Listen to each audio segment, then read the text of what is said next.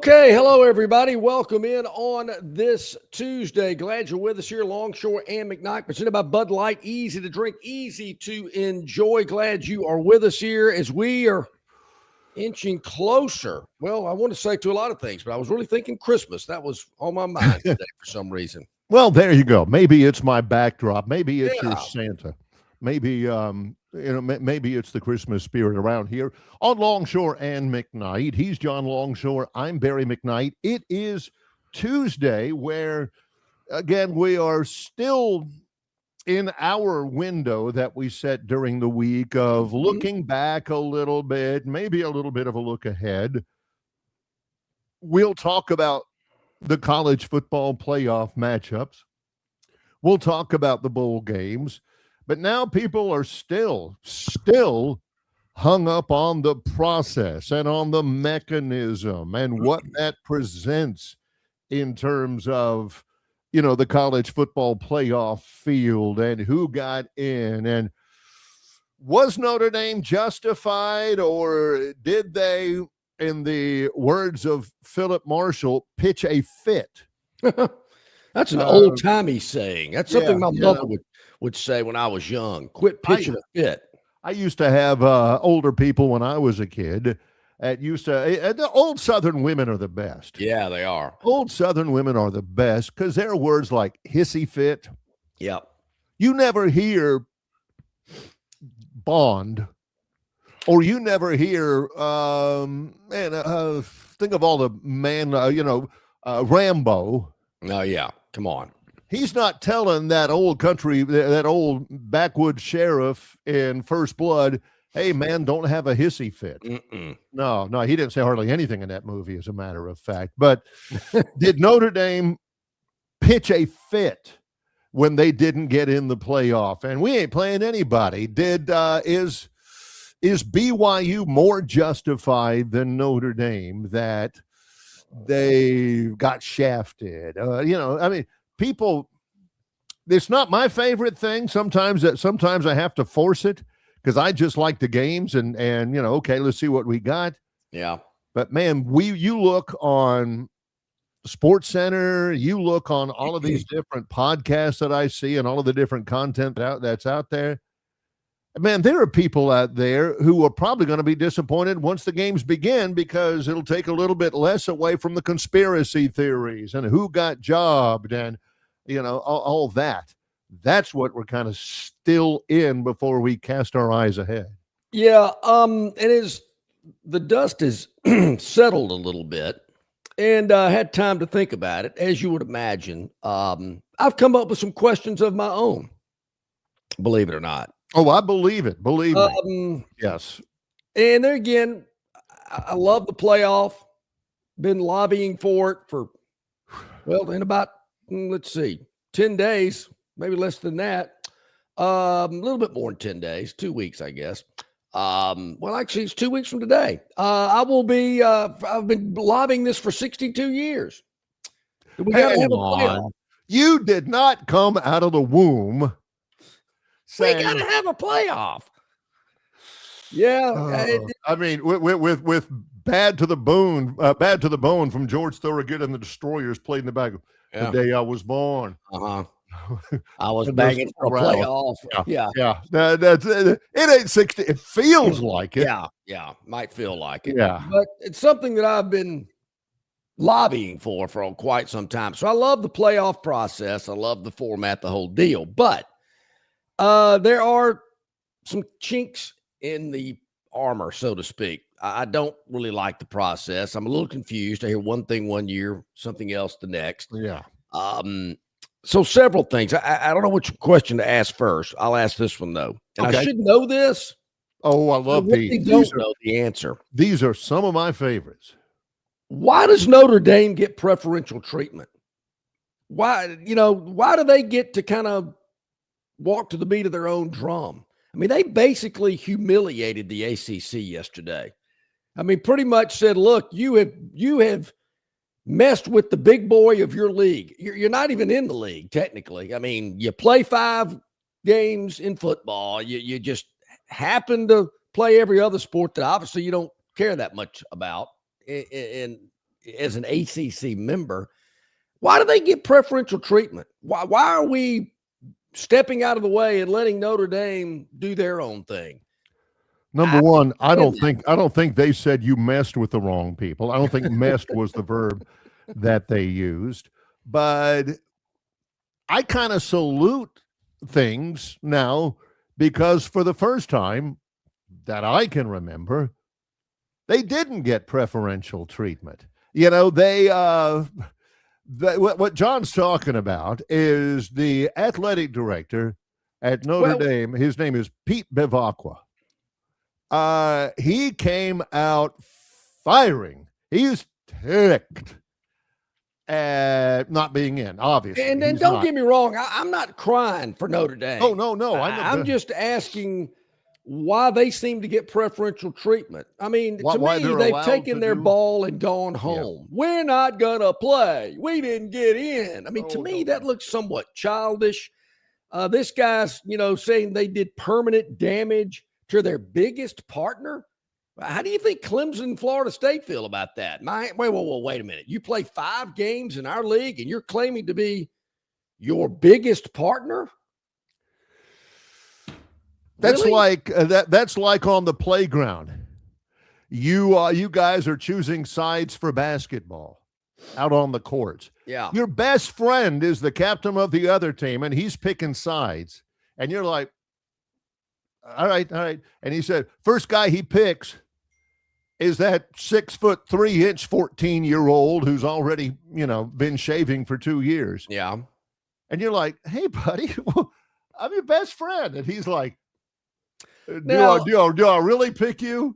Florida State and Clemson, they're probably looking at, their biggest media partner and the ACC. They're probably looking at it like, yeah, okay, I get it. All right. Yeah. Okay. And that's kind of hits close to home, Barry, because when I was coaching one of my daughters in Y basketball, I got the number 1 pick in the draft, and I picked the best player in the field. And one of the coaches went, hey, man, you going to take your daughter? I went, oh, yeah, I'm going to get her in the second round, but I'm taking her first. Heck yeah, I want to win.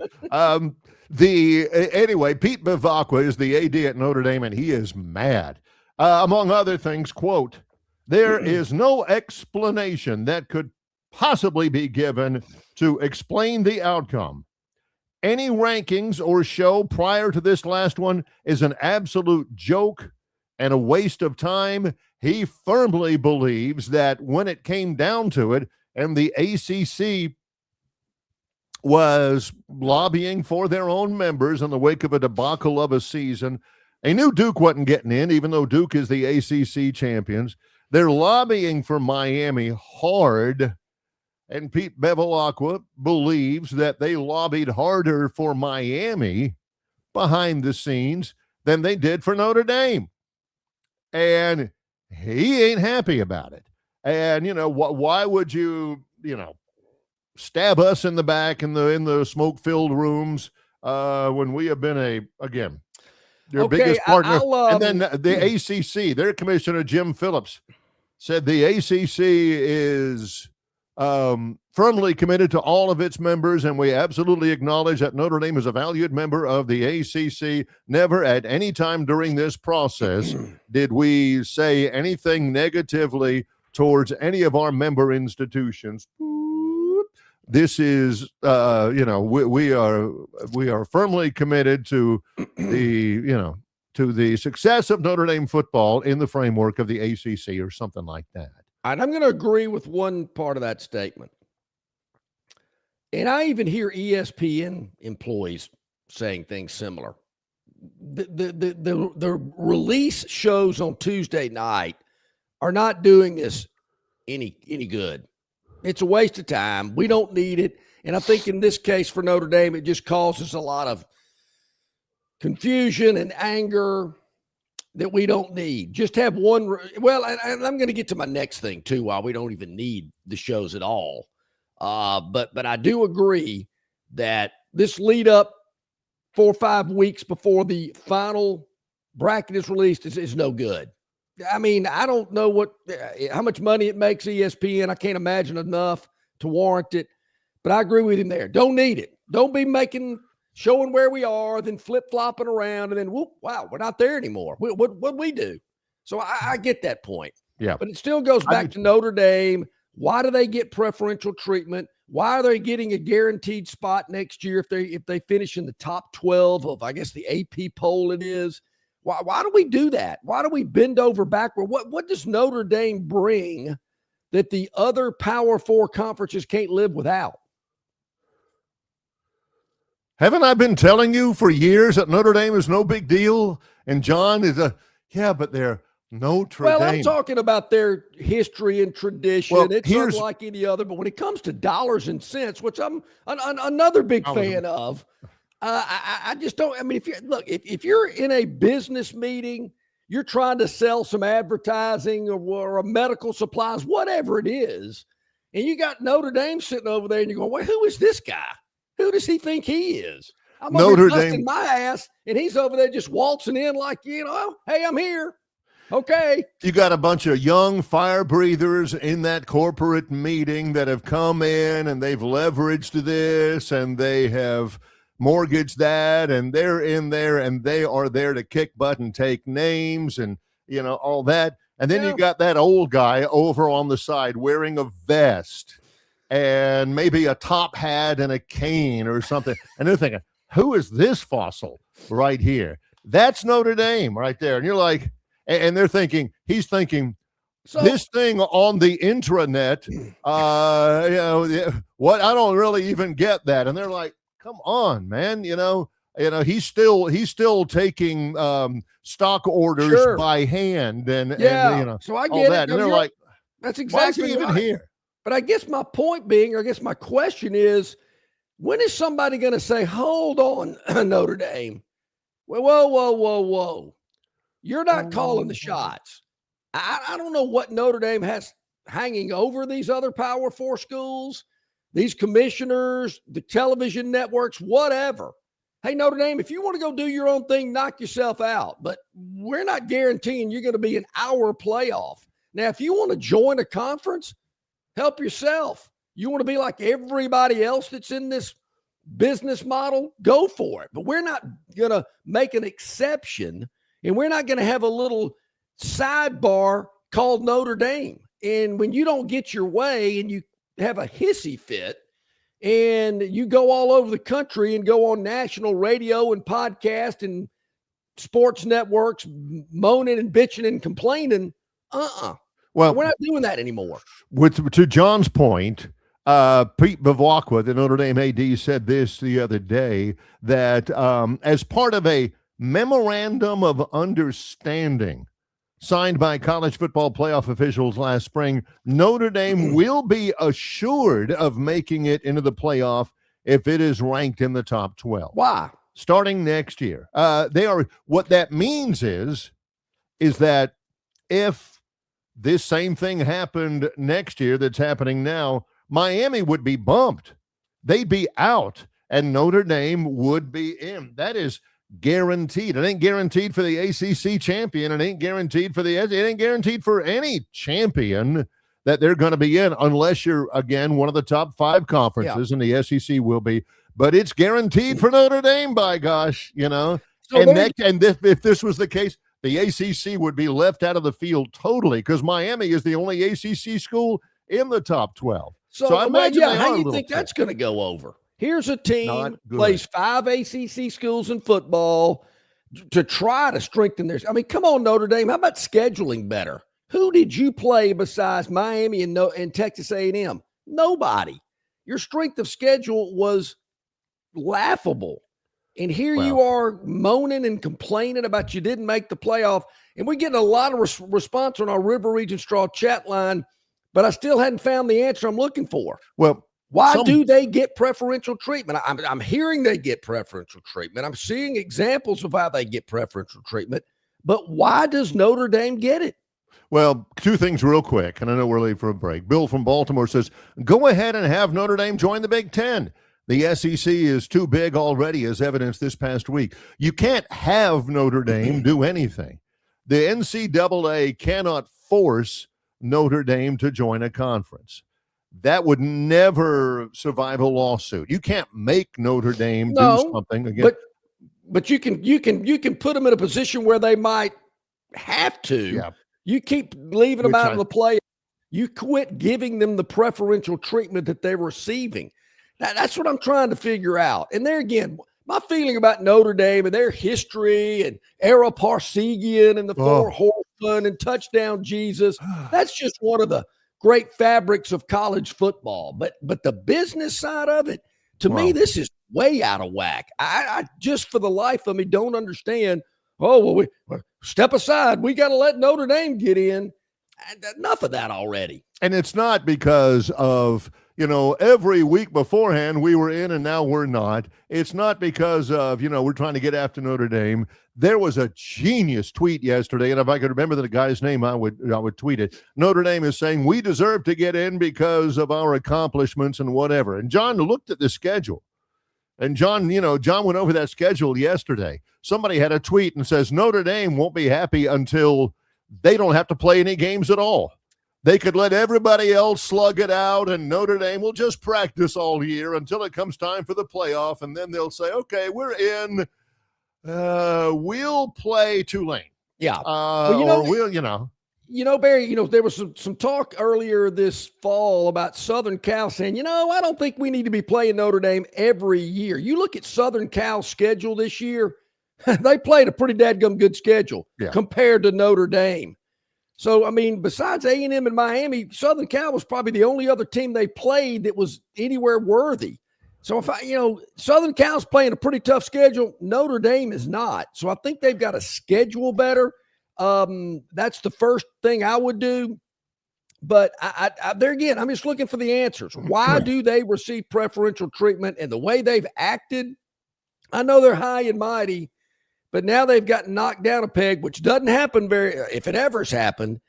And now they're taking their ball and going home. But that's just one of the questions I've got today. I got a lot more about this to discuss. We're going to throw them out there. Do want to let you know Brian Matthews of auburnsports.com not going to be able to be with us today. He'll join us again next week. But Travis Ryer of Ryer on YouTube and Talking Tide will join us at the top of hour number 2. Yeah, Brian had a family matter that cropped up this morning. We'll have him on a little bit later on.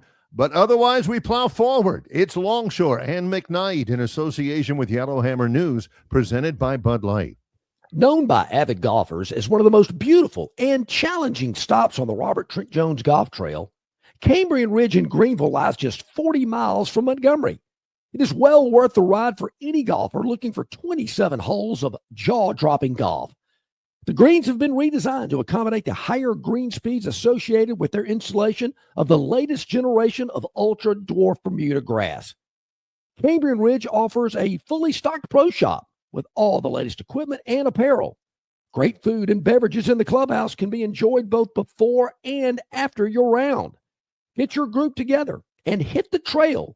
Go to rtjgolf.com/Cambrian Ridge for tee times and more information. Hey, where's the beer guy?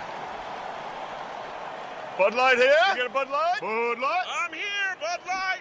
Bud Light here? Bud Light here? Bud Light here? Bud Light where? Bud Light here? Oh, Bud Light there. I missed that because of you. You did not miss that play because of me. Have to stop talking this way? Yeah. It's actually kind of fun. Hey, I got your Bud Light. Oh, nice. Never mind. Anything for the clean, crisp taste of Bud Light. What I miss? I have no idea.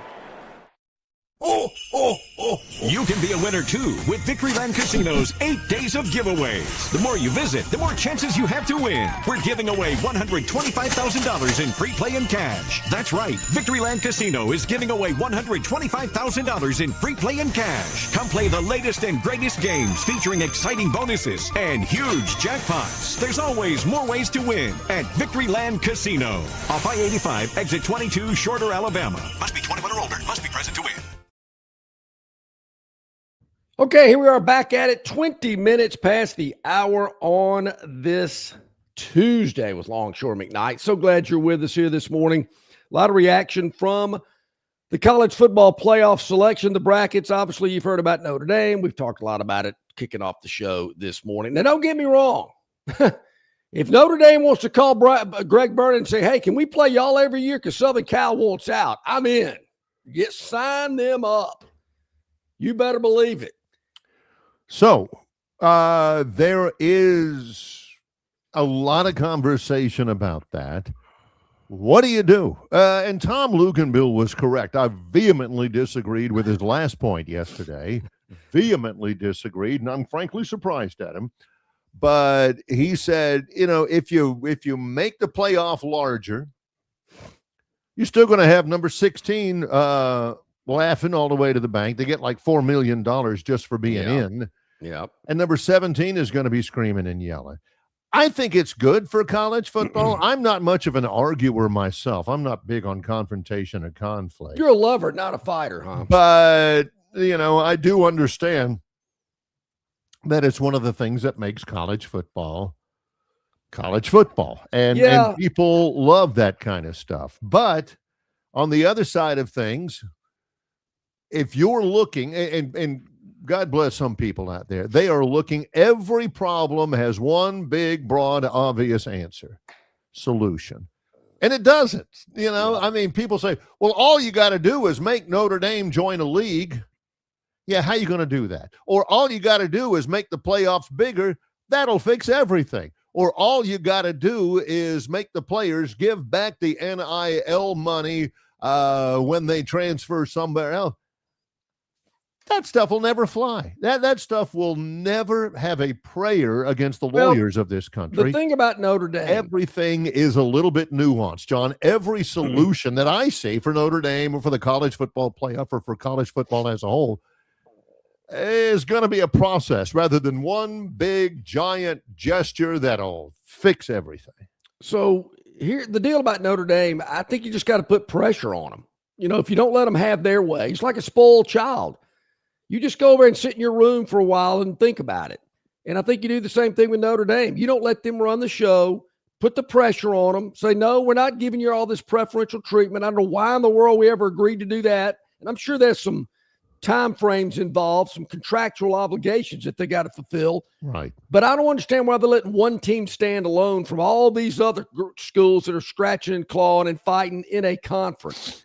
So to me, there again, still looking for the answer. Can somebody tell me why Notre Dame gets preferential treatment? What is it about them that they walked into this boardroom when the college football playoff people got together and said, this is how we want to plan it out. This is our idea. We're going to map it out this way. And Notre Dame's back in the room with their hand raised going, well, where do we fit in? Oh, we got you taken care of, Notre Dame. Don't you worry. See, that may be the thing. That may be what this is about. Behind closed doors in boardrooms at the highest echelon of college football, maybe that's what they did. Yep. Maybe this last little bit was their way of saying, all right, Notre Dame, you're going to have to, get in line with everybody else. We're tired of tiptoeing around and making sure you're included. Next year, Notre Dame plays Rice. They play Wisconsin in Green Bay. Okay. They play at Purdue, who I think is 1-11 this year, 2-10. Ooh. Navy, they'll always play Service Academy. So there again, Stanford, who is awful. Why do they always play nothing against service academies? Don't get me wrong, love them. But is that what is the deal with there? Because I heard somebody else say that yesterday. Well, they got to play the service academies. Do they? Who said so? Where is it in the bylaws out there? So my point is, next year, Miami in South Bend in early November. Yep. USC at some point. They're not even sure that series is going to survive. It depends on where there's. How about this, Barry? It depends on who's got the home game. Because when Southern Cal's got the home game, they play at the end of the year.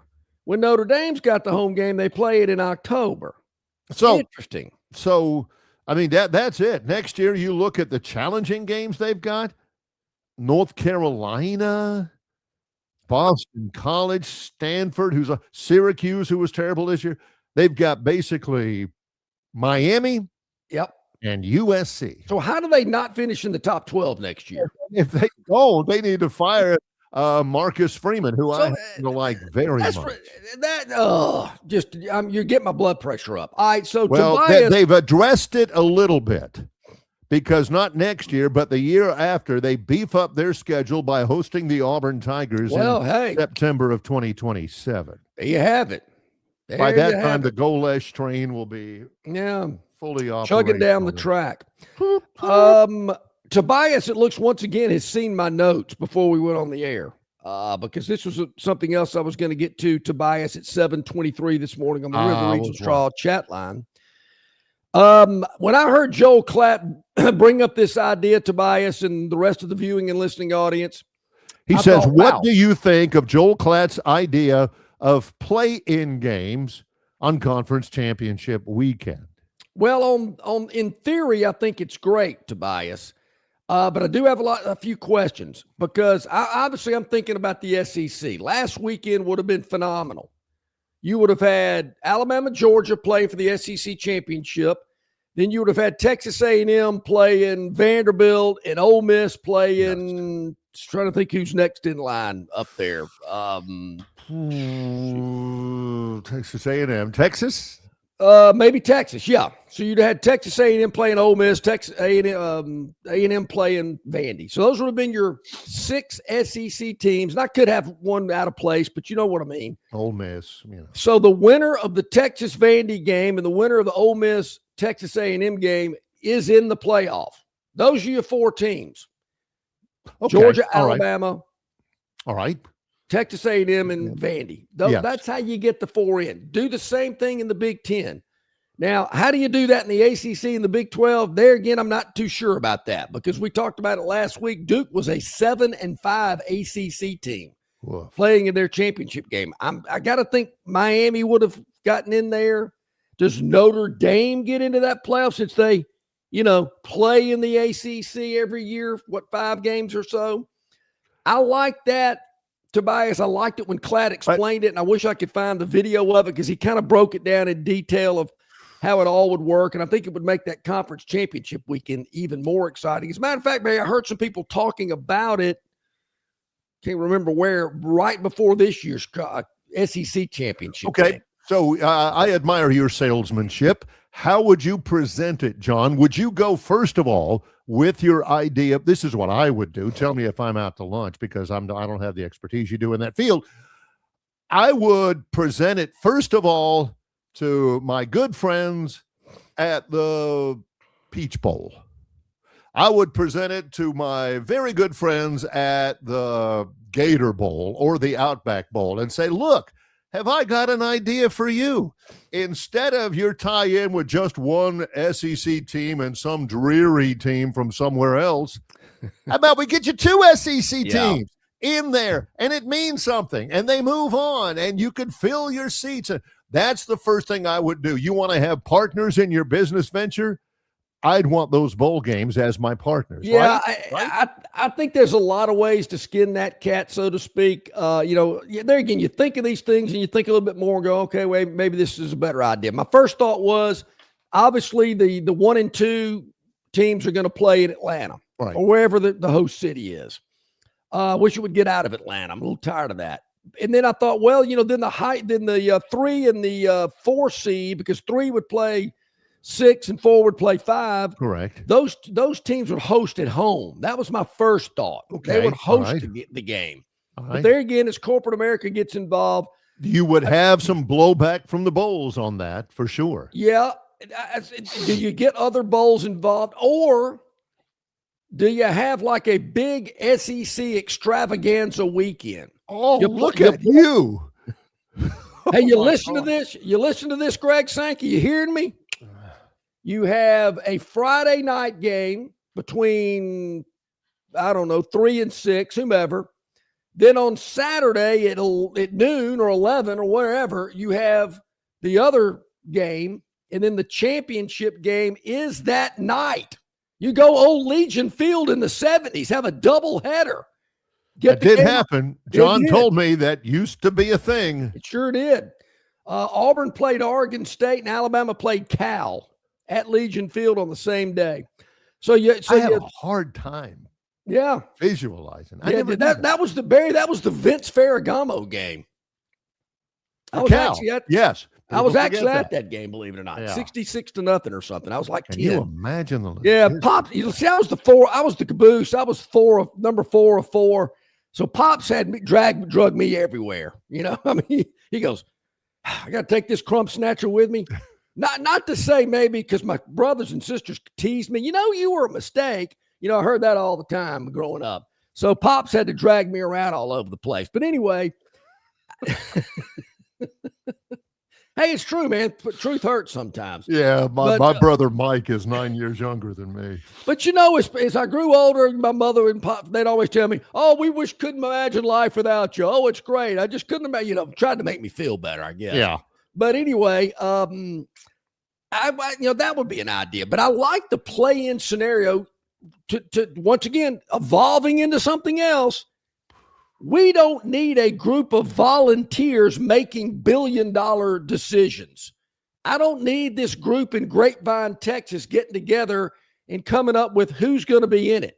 Volunteers now coming together, allegedly watching all these teams, and they not have anything else to do during the week. I think they got occupations, they got jobs. We don't need volunteers making those type of decisions. Don't need it. Look, YMCA football all the way to the NFL. You got to play your way up to the top. You don't need people volunteering to decide who gets to do it. If you want to volunteer, work in the snack bar, work in the concession stand, you know, operate the clock upstairs or whatever. Yeah, sure. John doesn't want you making decisions. Don't want it. I mean, you think all these Fortune 500 companies got a bunch of volunteers up there? No, these people are invested in these businesses. Oh, they want them to make money. Interns. They're working for them. They're getting paid. Yeah. They're interns. Again, no Brian Matthews today. He called me early this morning and has a family thing he's got to take care of that cropped up this morning. But we will talk Auburn when we come back. First, big press conference. Auburn's made a couple of hires in their coaching staff. And names you might not be real familiar with. I got to tell you, I had to Google some of these guys yesterday. I don't believe it. I don't believe it at all, because what I was about to say is, John said, I guess I should know this. I should have looked it up. I guarantee you he did that for effect. He did that for he ain't Googling Tyler Hudeneck or whatever that guy's name is. Wait. Are you don't believe that I didn't know who they were, or you didn't believe that I actually Googled to find out who they were? Let me find out a little bit more about Andrew Warsaw. Yeah, I understand it's for effect. John's letting you know that these are a bunch of no names and highly suspect. I cannot believe I'm not thought of any higher than that. Huh. He's not disputing me, but he just can't believe he's not thought of any higher than that. Let's take a timeout. It's Longshore and McKnight in association with Yellowhammer News, presented by Bud Light. Why Hands?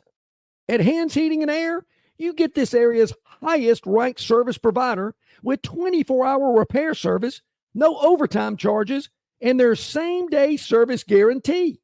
Plus, instead of other companies' 30-day repair warranty, Hands gives you a 3-year repair warranty. Hands Heating and Air is here for you 24/7, 365. And service is not just something they do, it's their way of operating, for you in mind. All of Hands employees are trained to adhere to this standard. They work hard to ensure that this standard is maintained, and they are constantly looking for new ways to better serve you. Call Hands Heating and Air today at 508-5382. That's 508-5382, or find them on the web at 834hands.com. The dreams that matter most happen while we're awake, because they're the ones that remind us of the places we want to go, of the ideas we plan to pursue, of the legacies we hope to leave. We understand you have goals to meet, and we want to help you reach them, to fuel your vision and invest in whatever motivates you. So we want to know, what inspires you? Synovus Bank, member FDIC. Marguerite's has done it again. Famous for their $99 Christmas special, and Lyle has come up with the best I have ever seen. Half carat stud diamonds, $99. That's right. Half carat stud diamonds, just $99. But there's a limit of 3. So you need to hurry out to Marguerite's in Pepper Tree on Vaughn Road, adjacent to Chappie's Deli. Marguerite's, of course, is open extended days and hours during the Christmas holiday shopping season. So make sure to take advantage of this year's incredible Christmas $99 special. Half carat diamond studs, just $99 from Marguerite's exquisite jewelry. They make it. They really make it at Marguerite's. Okay, welcome back in, everybody. About 24 minutes to the top of the hours. Barry mentioned Brian Matthews had something come up. He'll join us next week. We're going to talk a little Auburn. I did want to kind of wrap this thing up about the college football playoff while it's still fresh on my mind. Believe me, we're going to get to the Auburn press conference yesterday because I clicked on AL.com about 4:30 yesterday. There was like 10 Auburn stories. I'm thinking, what the heck's going on over there? Yeah. So eye test. Now, if we go to a play-in weekend and all that kind of stuff, you're pretty much eliminating the eye test, which I'm okay with that. I mean, I'm a big eye test guy. I've said it forever. I trust what my eyes are telling me. And I was very interested in some of the comments that Tom Luganbill had to say in the latter part of our interview yesterday. As you could imagine, I did. I thought it was interesting. Now, look, and I ain't got anything – I don't have any grub or any rub with any Group of 5 program. I think it's great. It's wonderful. Love what they're doing. Fantastic. It's great. I love it. Sure, I understand. But I remember, and I guess it's still the case, that the College Football Playoff Committee is trying to find what they consider the 12 best teams to get into their playoff. 12 best. Whether it's strength of schedule, all these other matrix and data points. But when I hear 12 best, I'm saying, well, what do my eyes tell me are the 12 best teams out there? Well, first of all, I don't think James Madison or Tulane are one of the 12 best teams in college football.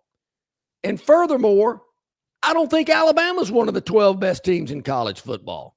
So you got 3 teams right there that I don't think are the 12 best. Been saying it for weeks about Alabama. They're not going to win the national championship. That's my opinion. Now, if something miraculous happens in this 2-week period as they get ready for Oklahoma, then I'm wrong. I just don't feel that way. And I don't feel today that they're one of the 12 best along with Tulane and James Madison. Now, am I looking back and saying, well, Ole Miss beat Tulane by 35 points earlier this year? Has James Madison's schedule been as difficult as others that have played that have gotten in? I mean, Notre Dame fell into that trap. So that's why I go back to this play-in weekend. You got to earn your way in it toward the end of the year. I don't want some committee of volunteers telling me who the 12 best teams are.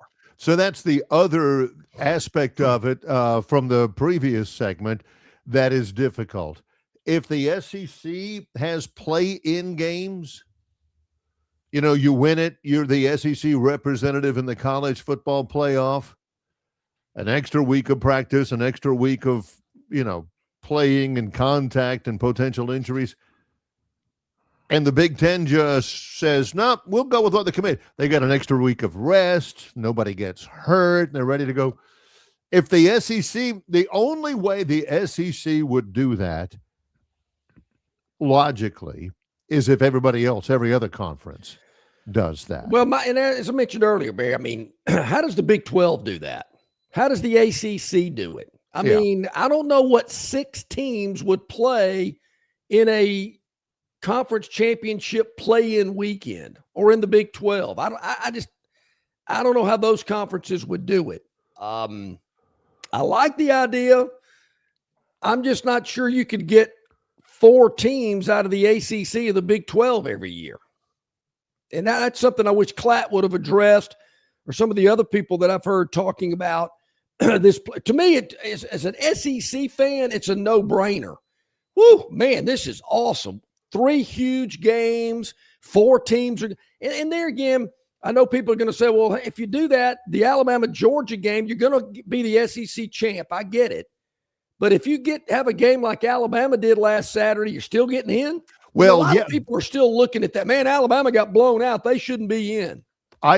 Meanwhile, BYU got blown out. Mm-hmm. And they're not getting it. Yeah, what happens if I didn't think about that. John does that. He'll bring up stuff that I never thought about. Well, what happens if Alabama gets beaten by 21 in the championship game and Vanderbilt beats Texas A&M by 40? Vanderbilt looks like $1 million, but they're playing in a play-in game. Alabama gets beat by 21 in the championship game. Does Vanderbilt get in and Alabama not? That's a great point. Say A&M with one loss loses to Vanderbilt in a play-in game badly, where Alabama with going in with 2 losses ends up with 3 losses and gets blown out, but they're in because they were the number one in the regular season champ, so to speak. And you can't leave those guys out. Right.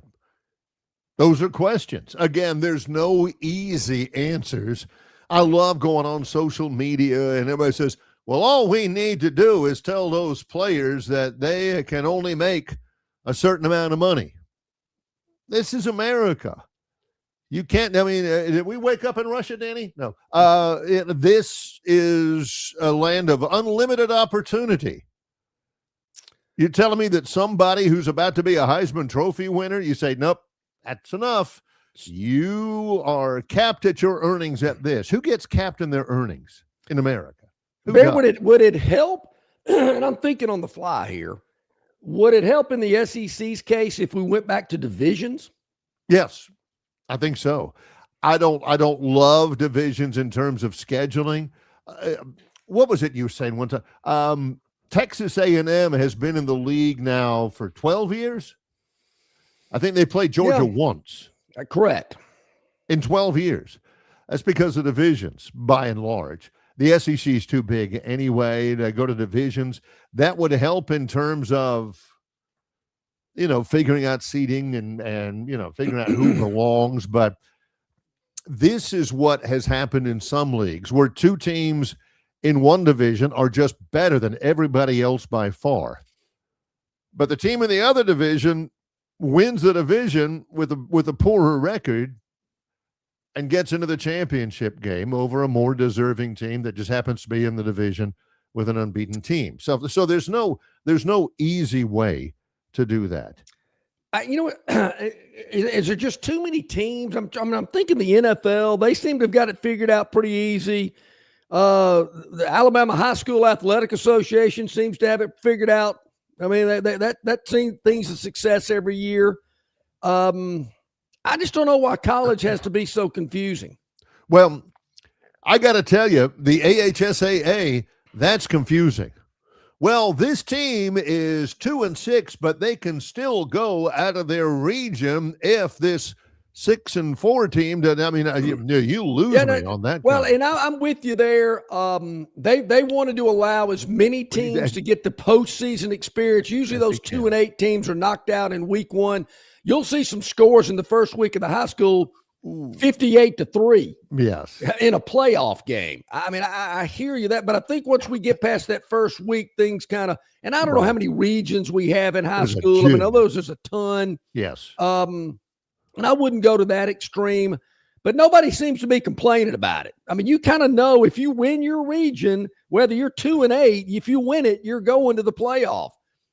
There's no volunteer group deciding who gets to go and all that kind of business. And I said this yesterday, Barry, if Alabama loses to Oklahoma a week from Friday, the world's going to be laughing. Told you, shouldn't have been in. Should not have been in. All of this group of 5 stuff, they don't belong. Remember that so many of those early games, heck, there was one championship game, Georgia and TCU, an absolute blowout. Remember last year before, John, in the early games in the playoff, there were some blowouts, some bad losses. There's some good games, but there were some blowouts. So that is, and the group of 5 teams that have participated in the college football playoff, their losses in the opening round are by pretty much the same margins as the average losses by everybody in the opening round. How about this, though, with the group of 5? And I don't know if ESPN's got enough inventory for it, but I would think they could. Goodness they got enough yeah. channels. They could put it on ESPNU or whatever. ESPN. I think ESPN could probably accommodate it. Fox, maybe, whomever.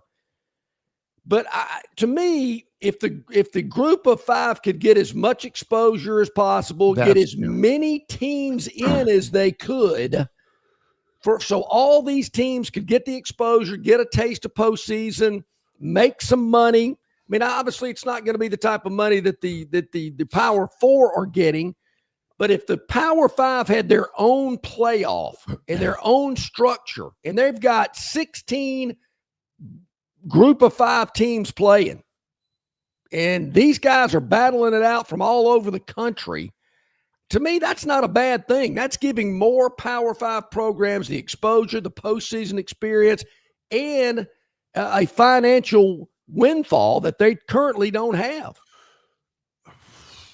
I mean, to me, is it, well, we want to try to get 2 of our teams, maybe one in the Power 4 playoff, or do we want to have one where we know we've got 6, or heck, make it 24?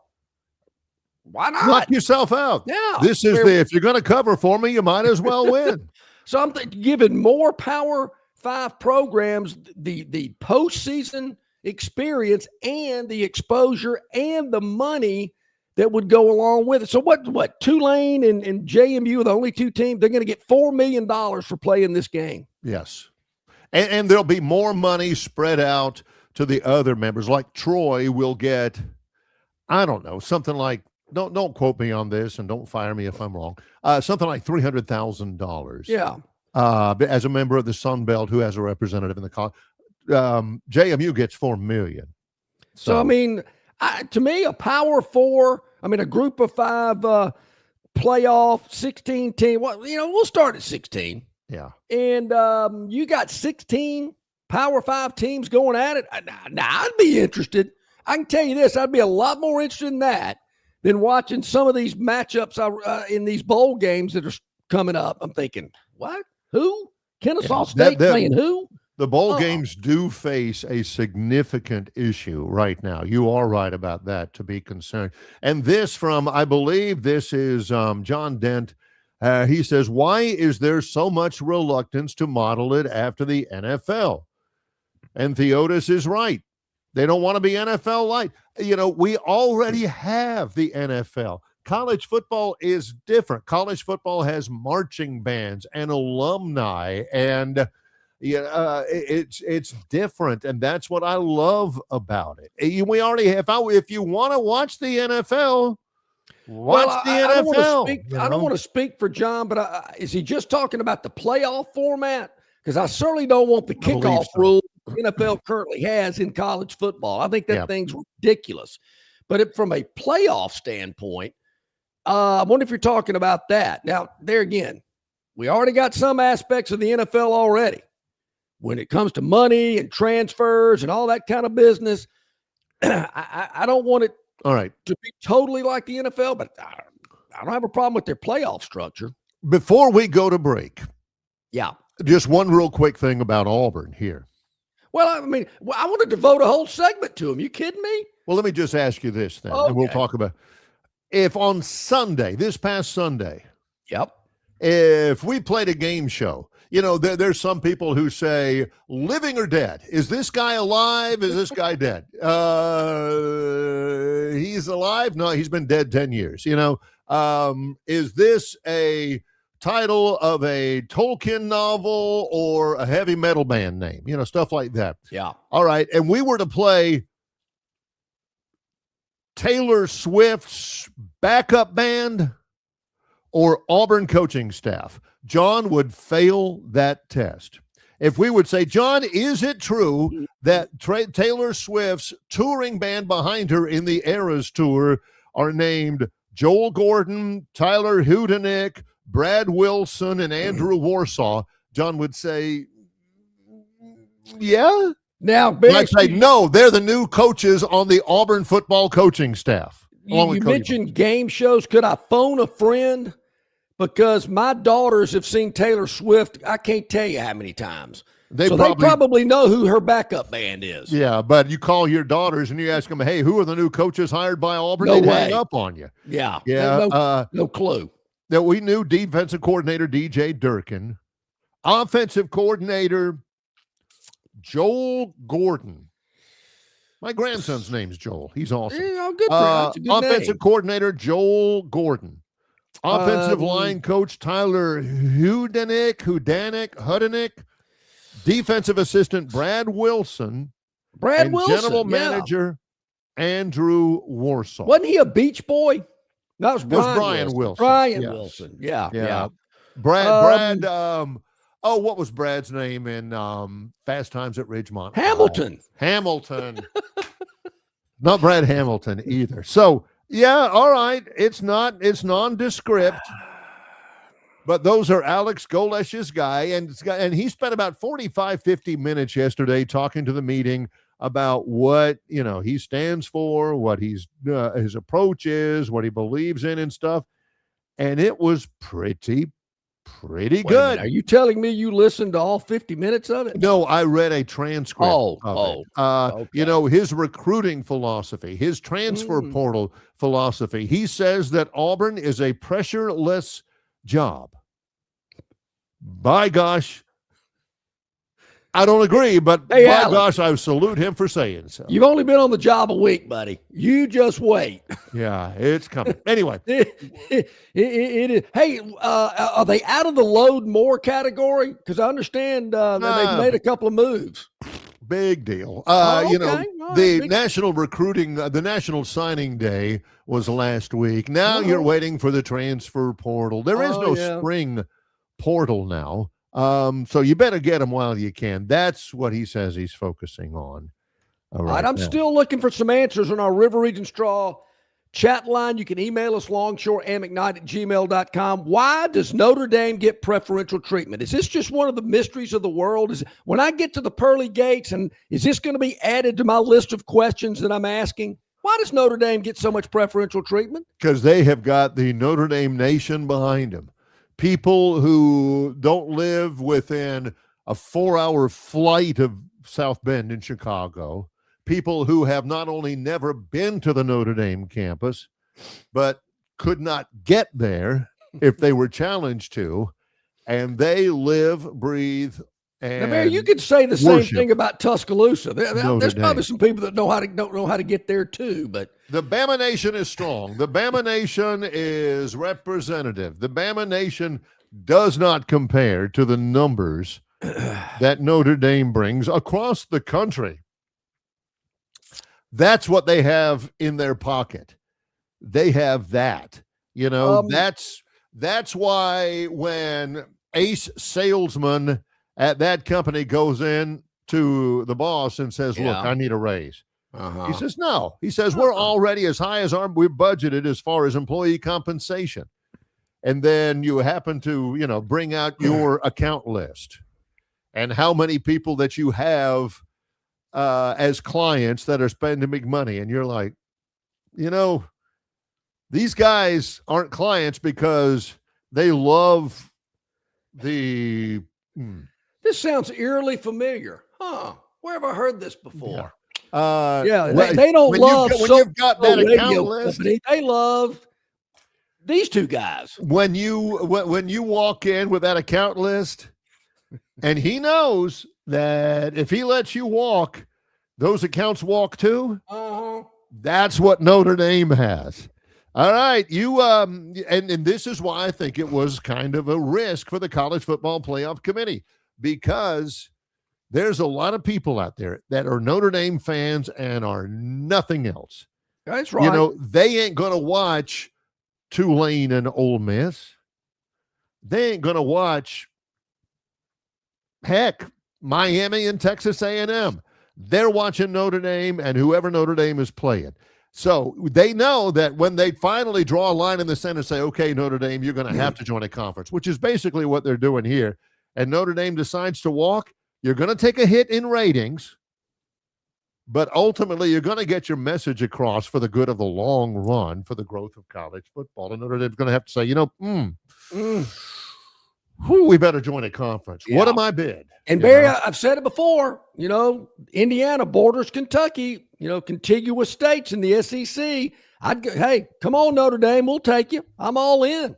Would love to have the Irish in the SEC. Then they've got to stop their branding. They've got to stop calling themselves the Southeastern Conference and just call themselves the SEC. Well, I kind mean, of Southern like Kentucky Indiana, Fried Chicken and KFC. Just call yourself, because you ain't Southeastern when you are just outside of Chicago, Illinois. Well, I mean, is Austin, Texas in the Southeast, Southwest, So I got two questions before we go to the top of the hour. Yes. Why does Notre Dame get preferential treatment? I want some answers. I don't get it. And probably the most important question, Barry, do I need to read Golish brings drive and intensity to Auburn football? Or should I just go ahead and go straight down to Tuesday musings? I read that one. I think it's that one. Well, no, this is the Golish brings driving, and I haven't read that one, but I did read Coffee with Philip, Tuesday morning musings, links of interest. And now I got to tell you, that headline doesn't grab my attention because I think I've read it before. Yeah. The Golish brings drives and intensity. You know what? I think every coach out there has drive and intensity. What John would have read, just to let John doesn't hate on everything. What John would have read is Golish shows remarkable lack of interest in doing any. That was what he said for Brian Harsh. Golish couldn't care less about Auburn football success. Golish spending afternoons playing golf. John, ooh, hey, whoa, Golish does not give a toot about recruiting, something like that. That would have been better. Okay. Yeah. And let's make this clear. There's a story behind this from Tobias. He says, bigger beef, Bloods and Crips or Barry and Philip Marshall? I don't dislike Philip. I think he's all right. John absolutely reveres him. John cannot get in even the bad stuff, and there's a fair amount. John reveres Philip Marshall. I knew Philip, I worked around him, but I never really thought he was a big deal my whole life until I started working with John. You know me, Philip Marshall? Oh, he's great. That's my only deal is I don't think anybody can live up to the fanboyness of John about Philip Marshall. Yeah. Barry, I think he's all right, but he ain't the best. That's in the summer, maybe you should have your top 10 list of things you did not know, were not aware of, or didn't think were a big deal until you met me. Could you limit it to 10? No, I could. I'd have to have top 10. It couldn't be everything. One real quick thing, then we'll take a break. And Travis, I promise. This is Mary Emily Biles. Okay. Mary Emily watching on Facebook. Hey there, Mary Emily. Awesome, Thank you. Mary Emily. Awesome. Why does Notre Dame get preferential treatment? Mary Emily says this. The last meeting of Notre Dame versus Navy on November 8th in South Bend was at capacity in the freezing cold snow and rain. The tailgate rivaled anything witnessed in Tuscaloosa and or Auburn. That's what Notre Dame brings. Freezing cold snow, rain. It's Navy, which is pretty good. Yeah. It's Notre Dame in South Bend. Didn't matter if it was sleeting. Didn't matter if there was accumulation on the ground. The Notre Dame people, and there are millions of them, represented. Now, Mary Emily, that's a good. And Mary Emily, I appreciate the input. I really do. That's it. Oh, yeah, it's great. But I think that happens in Ann Arbor and in Columbus and probably Madison, Wisconsin. It happens there too. It does. And Notre Dame's a great spot, but I don't think that's a qualification to be independent and make your own moves and play your own game. I'll be more than willing to roll out the welcome mat for the Irish to come into the SEC. The reason why they're an independent is because nobody can do anything about it. They can't make them join a conference. They can't. I got a plan that I think can maybe sway their feelings on that. When we come back, Travis Ryer on YouTube. It's Longshore and McKnight in association with Yellowhammer News, presented by Bud Light. Travel Carpet is the most trusted name in flooring in the river region. Ray Bowles and his staff have an extensive line of Mohawk stain-resistant carpeting in all the latest styles and colors. Prattville Carpet also has hardwood, vinyl, and ceramic tile for all of your flooring needs. Professionally installed at the absolute lowest prices. Take advantage of cash and carry vinyl plank at just $239 a foot. Call them today to set up your free measurement for your home, office, lake house, hunting camp, or wherever you need flooring. 285-8117. That's 285-8117, or drop by 2201 Cobbs Ford Road in Prattville for Prattville Carpet.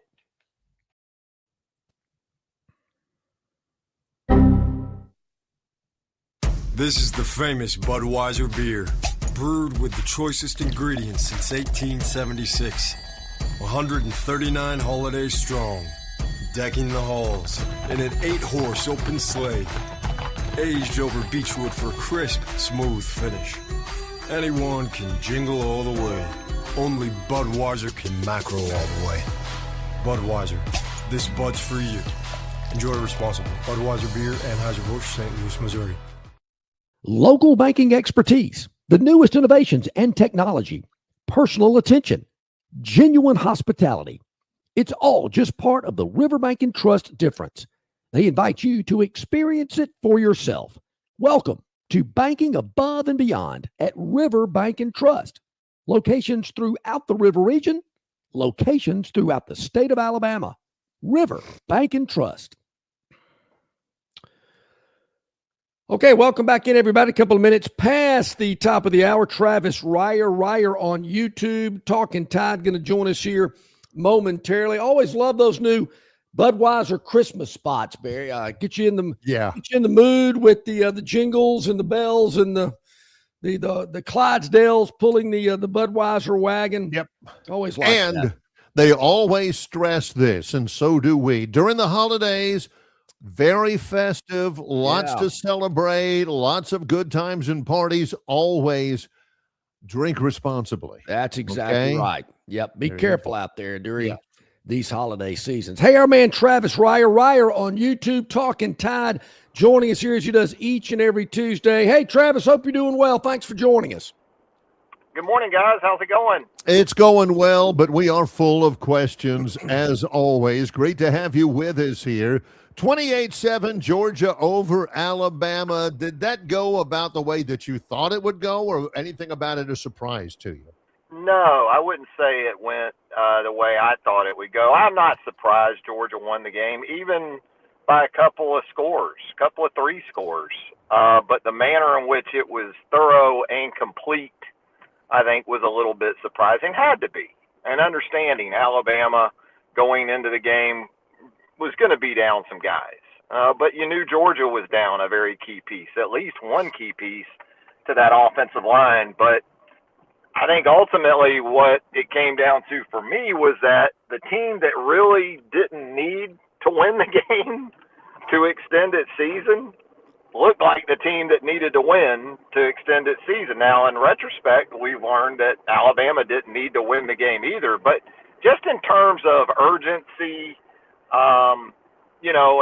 and fire and preparation, and all those things, you at least expected Alabama to be up to that sort of test. And clearly the Crimson Tide wasn't, and Georgia had a lot to do with that. Travis, once Alabama was announced that they made the college football playoff, everything seemed to shift and focus to that. I get it. Your thoughts about the matchup in Norman, and your thoughts about how healthy this Alabama team will be having some extra time to get ready. Yeah, I don't think it's a bad matchup at all, and apparently Vegas agrees with that in terms of the opening line anyway. We'll see how that moves here in the next week and a half or so. I thought Kalen in the post game for Georgia was very prepared for what was coming and what he needed to do, you would think, in that situation. So I do give him credit for that. I thought the post game preparation was probably a good bit better than the game preparation. How much that mattered, I don't know. But he did hit on those key notes with the injuries and the health. And, in the post game, he made it sound like, well, pretty much all these guys, Cuevas, Jam Miller, Cam Dewberry, they're going to be good to go for the first round of the college football playoff. And then we hear from him after the selection show on Sunday and didn't sound as certain about some of those, with an emphasis on Josh Cuevas, because I think missing him is exceptionally detrimental to that offense. And so give Caleb Edwards some credit. I thought in the second half of the Georgia game, he did some nice things, made a really nice play on the deflected ball that looked like it could have been another interception when it went in the air, but he went and made a play. So I need to know more about that, as we get going with prep. And, in Kalen's defense, he really had a chance to even see his team since that Georgia game before he made some of those comments. So perhaps that cloudy situation will clear up a good bit more here in the next day or so. We've always said, or we've said really since October, when it really got to be a trend, that Alabama just is having so much difficulty they can't run the football. -3 yards in an entire game is one of the all-time poorest. So, it seems obvious that, not only can they not run the football, but, man, they're having a hard time against the teams they'll be facing.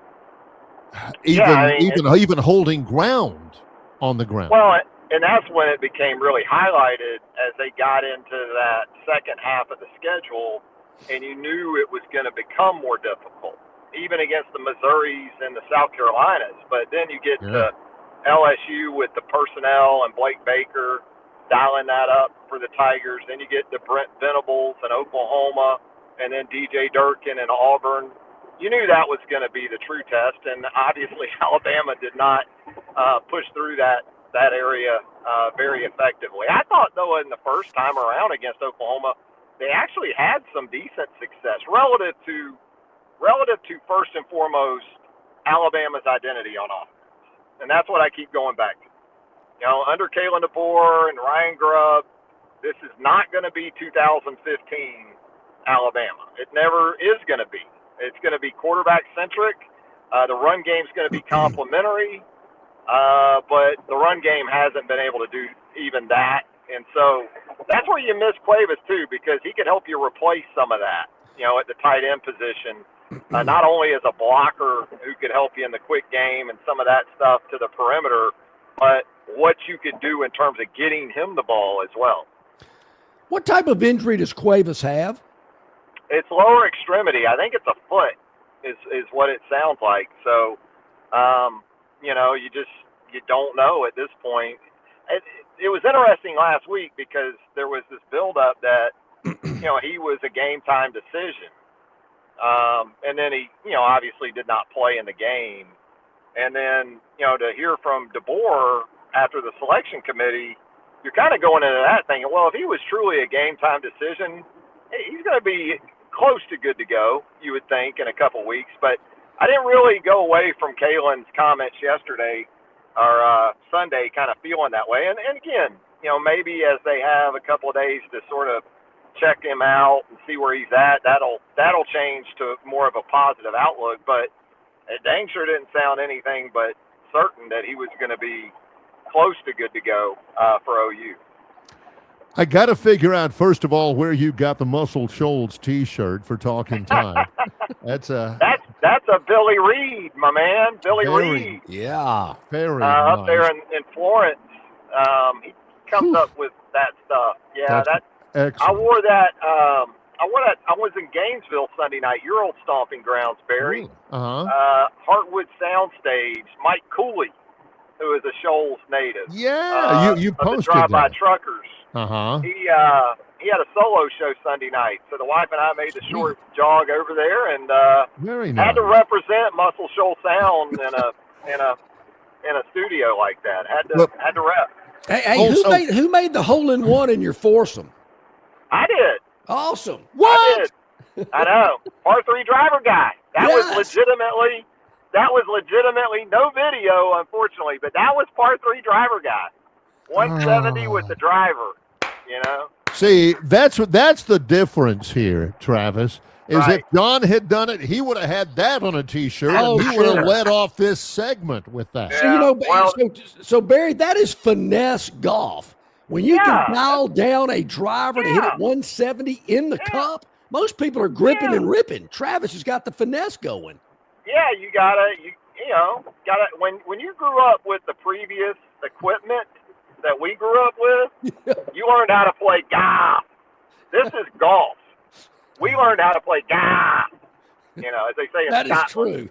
as I Judge love it. Smales. Well, referred to it. Congratulations on that. That's awesome. That's outstanding. Well, the club still doesn't recognize it. I think it's because I told them straight up. A lot of these guys, they make hole-in-ones from 170, and it was 60 degree. They hit a pitching wedge from 170. I told them I was a driver. I think they're embarrassed by it, but you know what?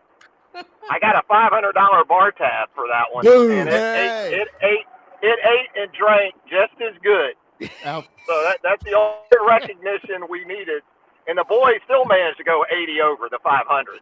So nice. one of my buddies, that's by too the good. way, one of my buddies in that foursome, we go straight to the 19th hole, of course, after the Sure. round. We'd go right into that $500 tab. My guy says, "I'll be right back. I got to go home for a second." Well, he comes back with his wife because they had a babysitter that night. So he puts her on the five. They have date night on the $500 on the hole-in-one tab. That's, Man. that's your real friends. Yeah. Take advantage of That the is too gravy good. frame. Mention the Muscle Shoals T-shirt, Talking Tide. You also on Talking Tide at Ryer on YouTube. You address the fact that Alabama is in the college football playoff, and they don't have to apologize to anybody for it, Travis. No, not relative to who they were really being measured against.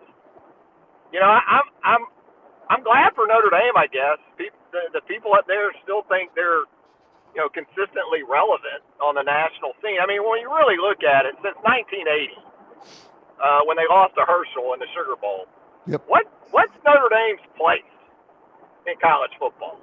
88 to about 94 with Lou? That was a nice run. Won the national championship. Brian in Kelly? 88. Yeah, Brian Kelly, got thumped by Alabama. I say, you see that 2012 game in the Orange Bowl? Ooh. Well, and then even 2020. What was that, 31-14 in Dallas? Yeah. In the Rose Bowl that was played in Dallas during That's COVID. true. They lost a couple of national championship games, got kind of handled in both of them, including last year. They played a 3-game schedule.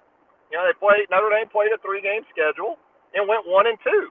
Yeah. And it stinks that the first two were that was the first two of the season, but I don't even know if USC qualifies these days, as a third team on a 3-game schedule. So I don't, I don't. So let me ask you this, Travis. 'Cause we led the show off this morning with this discussion, and there again, all three of us are historians of the game. We remember Era Parsegian and Notre Dame jobbing Alabama out of some natties in the 70s and all that stuff. 60s, yeah. But why? I'm still to this day trying to find a solid answer for this question. Why does Notre Dame get preferential treatment? Why do they get to call their own shots? They pretty much just threw it in the face of the ACC yesterday, going, "Whoa, now you've just upset your biggest partner here." Yeah. Why do they get to do that? It's amazing. It really is. And you're right. They treated the ACC, as I've said before, like a 2 a.m. booty call. And now they get a little pushback, because the sidecar doesn't like the extra sidecar. And so they get the pushback on this. Hey, if I'm the ACC, whatever, go find someone else to be that whatever. So it is what it is, and I think the pain in that whole sort of dynamic with Alabama and Notre Dame's been reversed. You're right, man. During our formative years, Notre Dame inflicted a lot of pain on Alabama, and now it's Alabama that seems to have a part, at least, in doing that to the Irish. And then, Miami won the head-to-head. So, And I also, look, I think the BCS formula is still the best one we've had. And it had Miami and Alabama in the playoff, right? Yep. And they had Yep. Miami 9, I think, Alabama 10, but they still had them in. It's pretty amazing, the brand of Notre Dame. And I think maybe even you think the committee thought about that. Look, they're in next year if they're just in the top 12, as we found out. Yeah, yeah. And that's another aspect. You can sit this one out, you know. Oh, yeah. And Barry went over Notre Dame's schedule for next year. Travis, if they're not in the top 12, it'll be a miracle. I know. So what's the motivation? Everybody says Notre Dame join a league. Well, what's the motivation? That's exactly right. You are your league. Yeah. I mean, why would you, if you're Notre Dame, I get it. Why would you join a league? And it's a memorandum of understanding that if Notre Dame was in the top 12 next year, that they would automatically go. In that scenario, Miami would be out this year. It's like a memorandum of understanding on Travis Ryer's next hole-in-one. Don't bring the wife to the $500 bar tab. Something like that. Yeah, I'm going to put that in there. That's a good point, Barry. What about? And then bring her, and then don't pick up the extra 80 that we go over. Oh, you know? You got to eat that. That's bad form, Travis. What about those people out there who point out Alabama played in their conference championship game in a Power 4 league, got blown out, they're in. BYU played in their championship game of a Power 4 league, got blown out, and they're out. Where's the fairness in that? How would you begin to respond to that? Yeah, that's obviously a big part of it too, and where we're headed with conference championship games. And that's why I also didn't really have a problem with whatever. I didn't. If Alabama had been left out, I would have told you pretty much what I'm telling you about Notre Dame or Miami had they been left out. I think all three created scenarios where they could and maybe should have been left out. So, it wasn't this slam dunk airtight situation, especially when you take into account the conference championship game and the fact Alabama, after the end of the 12th game season, would have been in. So I'm not sure kind of where that's headed.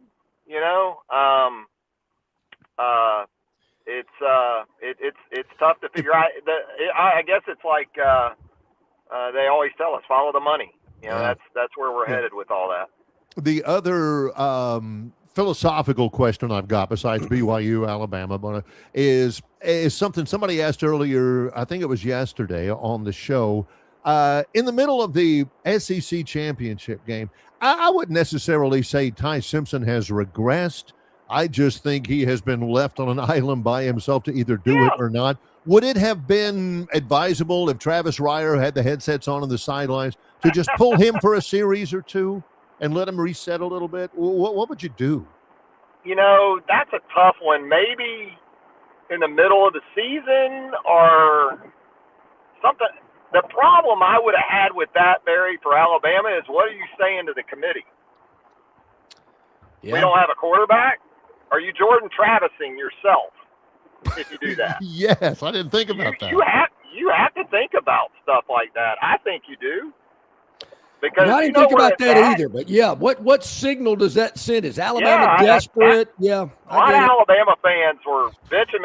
Look, this isn't Tua and Jalen in 2017, okay? And I'm not just talking about at the quarterback position. Yeah. To your point, Barry, I'm talking about every area around the quarterback is not 2017, right? The offensive line, which wasn't one of the greatest offensive lines in Alabama history, that's still better than this group, and still had, Najee Harris, Josh Jacobs, Damian Harris. Think about the running backs. Good gracious. In comparison to this running back room. So, there and that's before we even get into wide receivers. I mean, Jeremy Bernard's been great, but you're talking about Calvin Ridley and Jerry Jeudy and Devontae Smith. I mean, we can go on and on with this. So I'm more with you, Barry, in terms of the island comment, because that's what's happened. It's been pretty much all put on. Yeah. Hey, you go do it. You look at the guys in the Big Ten game, Fernando Mendoza and Julian Sand, they've had great years. they've been able to A.J. McCarron it in 2012 with that team, with those teams, because they can turn and hand the ball and get something positive, and the people around them, the physicality up front that those teams play with, and good for them. But Ty hasn't had that situation at all. No, and it's shown up more and more as they've gone down the stretch here. Travis, quickly back to Notre Dame. We went over their schedule this year, next year as well. Thursday night, the SEC is going to reveal their schedule for 2026. Oh. Are they going to have to reevaluate that with 9 conference games and a big-time non-conference game? I don't see Notre Dame playing a schedule like that. Yeah, especially knowing what you know now about Notre Dame is basically having a spot if they're top 12. Now, this thing, as we expect, is probably going at least 16, right? As early as next year. So that'll change things, obviously, in terms of how you view the schedule. But, and I think Alabama this season's kind of a cautionary tale on that, just in terms of playing 8 and then a conference championship game. And you think about playing 9 with a conference championship game, that really kind of changes how you look at it. And before I get off, give Clark Lee a lot of credit. He owned it with his team. Yeah. I think he had as good an argument as a lot of people out there. Went 10-2, had 2 opportunities on the road at Alabama and Texas, win one of those, and you take care of your business. But I will say that about Clark Lee. He took at least some ownership in Vandy's situation, which, again, I think you could make the argument for Vandy if you really want to get into it from a schedule perspective and who they actually beat. Relative to Notre Dame, for sure. Well, I was going to ask you a little bit tongue-in-cheek to remind me who is leading the AFC South right now. The eminent world champion Jacksonville Jaguars. I think. Just a matter of time before they hoist the Lombardi Trophy. But instead, I wanted to ask you this as kind of a value judgment. Jeremiah Love, Notre Dame, Fernando Mendoza, Indiana, Diego Pavia for Vanderbilt, and Julian Sayin from Ohio State. Who's the Heisman Trophy winner out of that group of 4 finalists? My vote would have to go to Diego. In that scenario, I don't think he wins it, but in terms of value to his team, I'm going to go with Diego. And I do think the pieces around him have been undervalued, especially this season. I mean, that's a good football team, let alone just a really good offense. I mean, they got a couple backs, tight Alexander and Young, couple of tight ends. I know everybody talks about Eli Stowers, but they got 2. And so, I mean, they're really good around him, but it would still, I would probably go Diego. I would go Mendoza, Love, and then I'd go Sayin 4th, probably. There you I go. like that too. You like that list? I like that list. Good list. I like the $500 bar tab better, but I do like that list. Man. Yeah. Yes. That was nice. Now, were these guys drinking well brands, or were they going top shelf? No. The bartender was having to get the step stool out to get some of the stuff they wanted. Having to get the little duster out to get the dust off the bottle before. I'm just glad they didn't have Pappy, available. Well, that would have been like one drink. Yeah, we would have had one drink, and it'd been a wrap. But the boys, they didn't want the happy hour menu either. No, they wanted that regular menu, dinner menu. So what are friends for? I mean, exactly. Nachos would be fine, wouldn't they? Come on, somebody. Yeah. They got a great slaw dog, and I'd done the chicken salad review at the club, so I knew it was good. Yeah. But they weren't interested in that. So much great sounds like my content. crowd, Travis. Huh? Crab cakes, filet. Let's do it.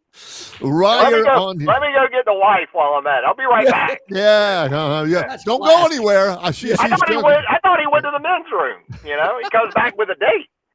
Ryer on that's YouTube. classic. Travis Ryer talking Tide, second helping, no sleep teal, all of that stuff. How do people subscribe to all the fantastic content, Travis? Yeah, we're right there on YouTube. Ryer on YouTube is the channel. A lot of Alabama coverage, SEC coverage, NFL with the Jags too. You never know what we're going to do there at Ryer on YouTube. Thanks, guys. Enjoyed it. Appreciate it. Man, you too, Travis. Always appreciate your time. Great insight and analysis with Travis Ryer on YouTube. $500 bar tabs and 2 a.m. booty calls. Where else are you going to get that? Have you ever had right that? Here at Longshore McKnight. I mean, have you ever had that where, either you have done it perchance or somebody has done it to you, all of a sudden, hey, here we go. And you're thinking, Back what in are, the what day, are you Barry, ordering there? Oh, I thought you were talking about the 2 a.m. booty call. Oh, no, that's personal. But yeah, that was pre-cell phone. So all that type of stuff had to be done face-to-face, in person, at a bar. You didn't text somebody at 2 a.m. like they do today. $500 bar tabs. I've only made one hole-in-one in my life, and it was at Sandestin. And I'll never forget after I made it. Here comes what timing is everything. Here comes the beverage cart girl. Right after I'd made that hole-in-one. And kind of the rule is if you make a hole-in-one, you got to, buy everybody a round of drinks. Luckily, it was just the beverage cart, but they definitely went for the Heinekens. They went for the top shelf beers, the $6 a beer kind of folks. I'm thinking, you guys don't drink Heineken. We do today. Yeah, that's right. It's like I used to work at Sandestin, and I saw a guy hit a hole-in-one over there one time. Thought he was going to have a heart attack. He was like 70, and he was hitting the driver on a par 3. When we come back, the Phantom's Daily Dog. Yeah, why not? I'm wondering what's happening with the daily. I mean, slim pickings today, but we'll have that next. I don't know about that now. Got to catch up a little bit. Yep. A little lengthy, but it was fun. Longshore and McKnight in association with Yellowhammer News, presented by Bud Light. The drive into fall event is bigger and better at Stivers. Over 150 new Rams in stock, up to 21 grand off or 0% for 6 years. And heavy-duty Rams, 13 grand off. Stivers, Chrysler Dodge Jeep Ram, where Price sells new cars and trucks in Prattville. The drive into fall event is bigger and better at Stivers. Gladiators, 11 grand off. Wranglers, 12 grand off. Even 3-row Grand Cherokees, 13 grand off or 0% for 5 years. Stivers, Chrysler Dodge Jeep Ram, where Price sells new cars and trucks in Prattville. Hey, bro, weirdest thing is happening at the game. This guy sitting next to me says, "You're our good luck charm. Every time I crack a Bud Light, we score a touchdown. Now his entire family wants to buy me Bud Lights. I think I'm some kind of a football prophet. Talk soon. The team needs me." Anything for Bud Light, the official beer sponsor of the NFL. Stock up today. Enjoy responsibly. Copyright 2025 Anheuser-Busch Bud Light Beer, St. Louis, Missouri. The Destin Connection Seafood Market at 3750 Norman Bridge Road in Montgomery has the freshest seafood direct from the Gulf of America. I'm talking red snapper and grouper, all sizes of Gulf shrimp, jumbo lump crab meat and crab claws, Louisiana Bay oysters, and New Bedford scallops. They are a full-service seafood market and kitchen serving po' boys, dinners, and sandwiches. Many well-known restaurants in the river region purchase their seafood from the Destin Connection because they know it's the absolute best. Call ahead and your order will be ready for pickup.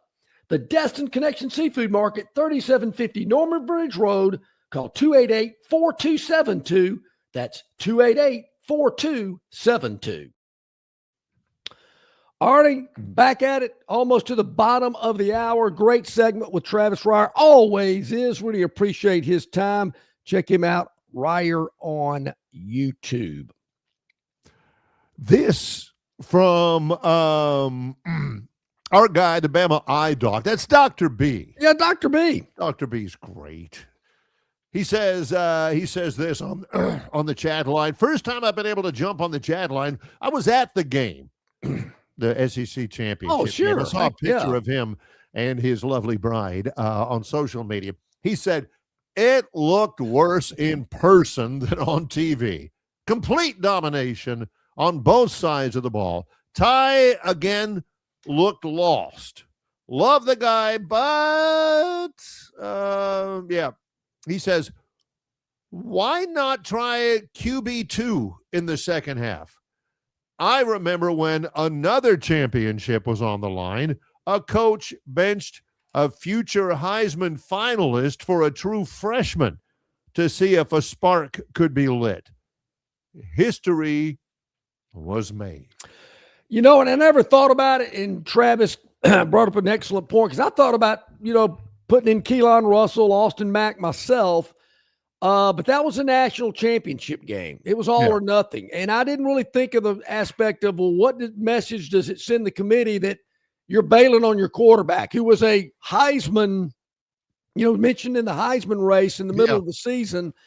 And there again, I don't want to put it all on Ty. I think this guy's running for his life. I mean, the offensive line, I'm like a broken record. I mean, it has not been great. This offensive line has had problems all year long. And I think, there again, are they going to fix the offensive line in 2 weeks before they go to Norman? I don't know, but I don't think it's all on Ty Simpson.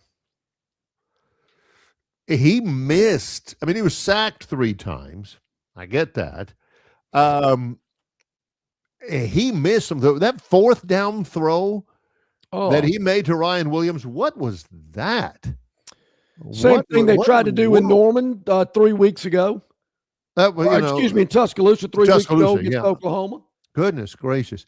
Alabama's longest run of the day. 5 yards. 5 yards. See, Barry, there it goes back. I know people don't like to hear this. Alabama's said this a month ago, not going to win the national title. And is Alabama one of the 12 best teams in college football to make the playoff? Right now? I don't think so. Well, now, I can see them going to Norman and beating Oklahoma, because I don't think Oklahoma's that great either. I mean, Alabama had every opportunity in the world to beat Oklahoma 3 weeks ago. But I'm not sold they're one of the best. Alabama kept handing it back. No. Here, you take the football. We'll give you an extra one. Made no sense. So, there again, DeBoer's recruited well again. But, man, they got to get some of these recruits and turn them into football players. Because, I hate to pick on Caden Proctor, but I've seen that guy get whipped so many times. And if there is a fast, athletic defensive end, he's too slow to get him. God, no chance. He's very big. He's very strong. He's got long arms. He's got great hands. His feet, though. His feet, I mean, he can be like a stack. Okay, here's what we got. There's no NFL tonight, right? Correct.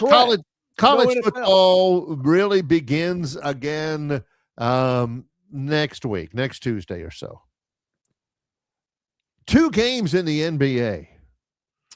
Yeah, WNBA, the MLS soccer season is over. Congratulations, Inter Miami. NHL, what in the world do we do for a daily dog on a day like today? I don't want to never say never when it comes to the WNBA, NHL, or MSL soccer.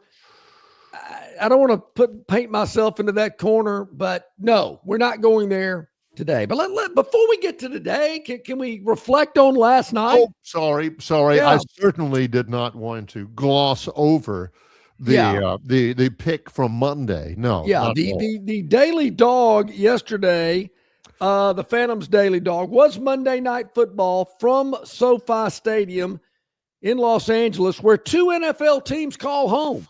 Well, I find that interesting. That used to be is it still the situation with the Jets and the Giants, or do they have their own? Same thing. MetLife in New Jersey and SoFi, the home of the Rams and the Chargers. Man, so interesting. So those the Chargers were hosting the Philadelphia Eagles last night. Not my favorite Charger uniform combination. No, it's not mine either. They did go to overtime. Okay, they did. Yeah. And the Chargers pretty much held the lead most of the night till they had to go to overtime. And I know what a lot of people were thinking. There ain't no way Philadelphia is going to lose 3 in a row. similar to guy sitting at second base at the blackjack table. Ain't no way this dealer's going to hit blackjack again. Boom, 21, loser, board sweeper. So last night, the Chargers were catching 2.5. And I know what you're thinking. Ooh, this game's going to overtime. A field goal is going to kill me. You can't think that way. Can't think you got to be thinking your team's going to be kicking the field goal. That is a loser's mentality. That's exactly right. Held on to the lead. You're thinking, oh, no, been leading all game, sat here for 3 hours, and they're going to snatch it away from me on a field goal in overtime. No, not happening that way, as the LA Chargers went on to not only cover the spread, but win the game outright. Hey, good for them. Yes. Glad to hear it. If you had the over on Jalen Hurts throwing 3 interceptions, you're a winner there too, because he threw 4. Yeah, tough night for the former Oklahoma quarterback. Yes. Yeah. Who got lifted from the national championship game, to Dr. B's point, for a future Heisman finalist to light a fire. Okay. Maybe he should have gotten lifted last night. Just saying. No, okay. So the Chargers were a winner. If you're keeping score at home, yes, that is correct. The Daily Dog is hit 5 straight going back to last week. 5 straight Daily Dogs have hit. Just throwing it out there for you. Yeah. Because we know tonight is what have you done for me lately? And it is a thin card, but you got to know where to look.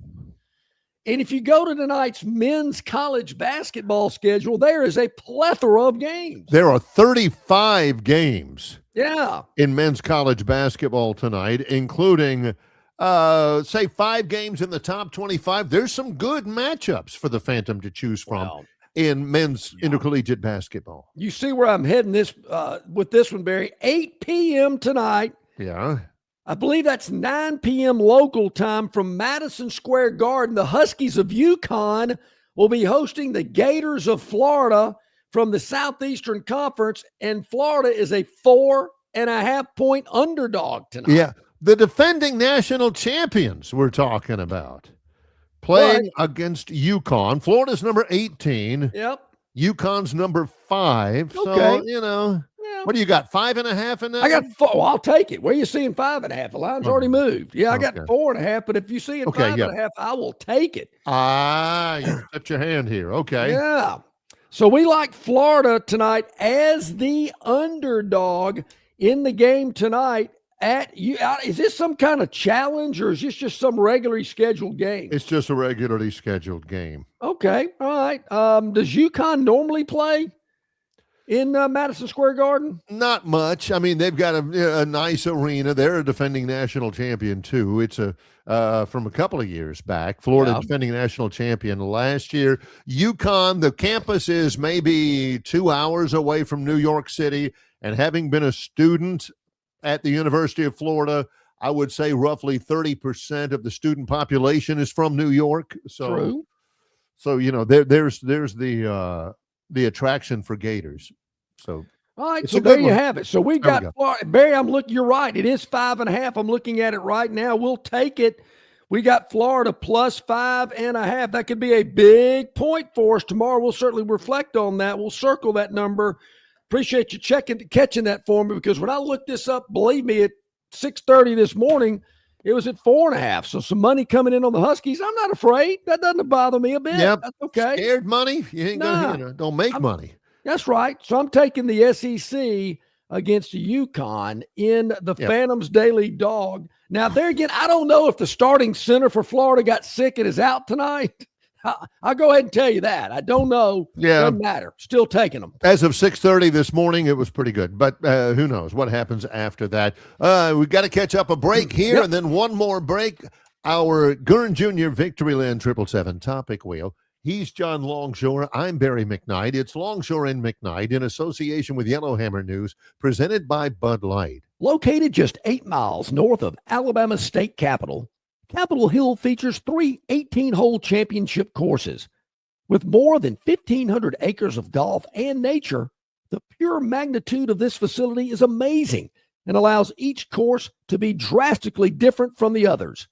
Capitol Hill also features an innovative 360-degree driving range, 400 yards in diameter. Capitol Hill offers a fully stocked pro shop with the latest equipment and apparel. Great food and beverages in the clubhouse can be enjoyed both before and after your round. Get your group together and hit the trail. Go to rtjgolf.com/Capitol Hill for tee times and more information. Building your finances doesn't happen by chance. It takes guidance tailored to your needs. That's what Synovus provides. Advice from experts you can trust. Solutions for your day-to-day life. So when it's time to make decisions, you can do so with confidence, knowing you're closer to the future you want. From basic banking to financial planning. Let's discuss what's next. Visit a Synovus branch near you. Call 888-SYNOVUS or visit synovus.com/get there to get started. Phoenix Physical Therapy is ready to help patients recover, recharge, and rise. They develop a customized therapy plan for each patient to get them back to enjoying their favorite activities. Their experienced team is committed to providing exceptional care in a professional environment. Whether you're looking to prevent or treat an injury, recover from a recent illness, or recuperate from surgery, schedule an appointment with our clinic and take advantage of our physical therapy, athletic training, workers' comp, and employer solutions service. Experience elevated physical therapy today. Call Phoenix Physical Therapy at 239-9316. That's 239-9316. Okay, welcome back in, everybody. About 18 minutes to the top of the hour. A couple of things more to get to. The Gurn Jr. Victoryland 777 topic wheels coming your way, in several minutes. Yes, Alabama does play Arizona this week, Barry. I believe it's on Saturday. In Tuscaloosa. Get this. Exams are going on right now. So these guys, can't be playing basketball or football. Yeah. They're taking their exams. Yeah, Arizona, who is all that, they beat Auburn by like 30 the other day. They play Arizona on Saturday night, 8:30 tip-off. I'm sorry. They play in Birmingham, not Tuscaloosa. Yeah, I thought I saw that. Yeah, you're right. 8:30 tip-off on ESPN, Arizona. Big time. Yeah. I think Auburn's got UT Chattanooga that afternoon, I believe. They do at 3:30 in Auburn. Was that a package deal? Play Auburn in basketball, Alabama in football with the Mocs? Did they play Alabama in football? They are next year. Oh, okay. Yeah. They moved that South Florida game, Barry, because South Florida was reeling from their coach leaving them. Barry, how about this on the Longshore McKnight email inbox at longshoremcknight@gmail.com? I'd seen this somewhere and I kind of deleted it accidentally, and I'm glad this was sent back to us. What a 24-team college football playoff bracket would look like if we had 24 teams. I'm not sold on that yet. That's from Theotis, yeah. Yeah, this is from Theotis. I like a 16 team. I kind of want to chew on that for a while before we go to 24. But if it was 24, USC and Arizona in the playoff, Houston, Duke. You gonna let Duke in the playoff? Are you kidding me? Alabama would play Pitt in the first round, and the winner would play Oklahoma. Now, I don't know how brackets play out, Barry, but why would the number 9 seed play the 24 seed? Yeah, I wonder what that's all about. Yeah, that one didn't make any sense to me. But some of these teams that are in it, I'm thinking, we're getting a little diluted here. See, and that's what it is. I mean, that's what a 16-team playoff. This came from Theotis, but he said, I in no way advocate a bigger playoff. He's been steadfast in that. Keep it small. Keep it small. I think Vanderbilt and Virginia would have been a good matchup. Yeah, but all right. Let's look at it in this way.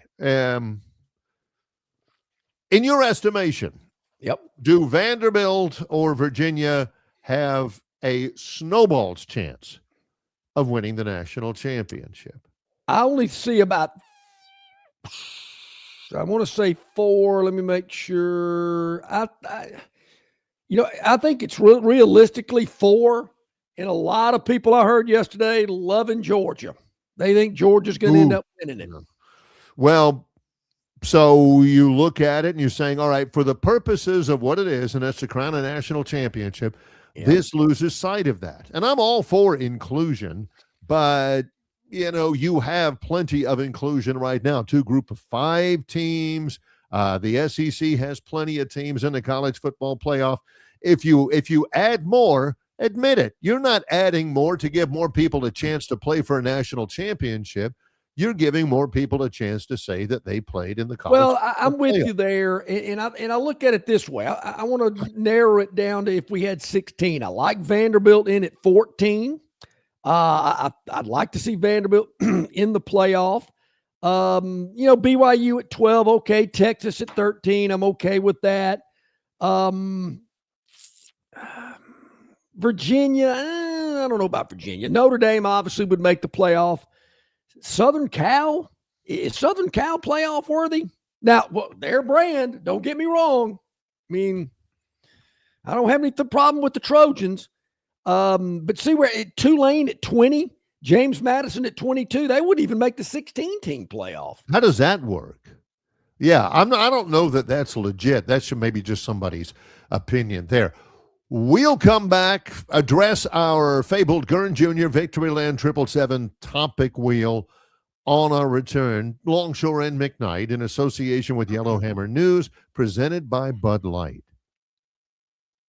At Dixie Overhead Door, we specialize in top-quality garage door solutions for homes across Alabama and Georgia. In need of a garage door repair or a brand new garage door installation, our expert team delivers fast, reliable service with local expertise that you can trust, providing customized solutions and exceptional care every step of the way. Visit us today at DixieOverheadDoor.com and experience the Dixie difference.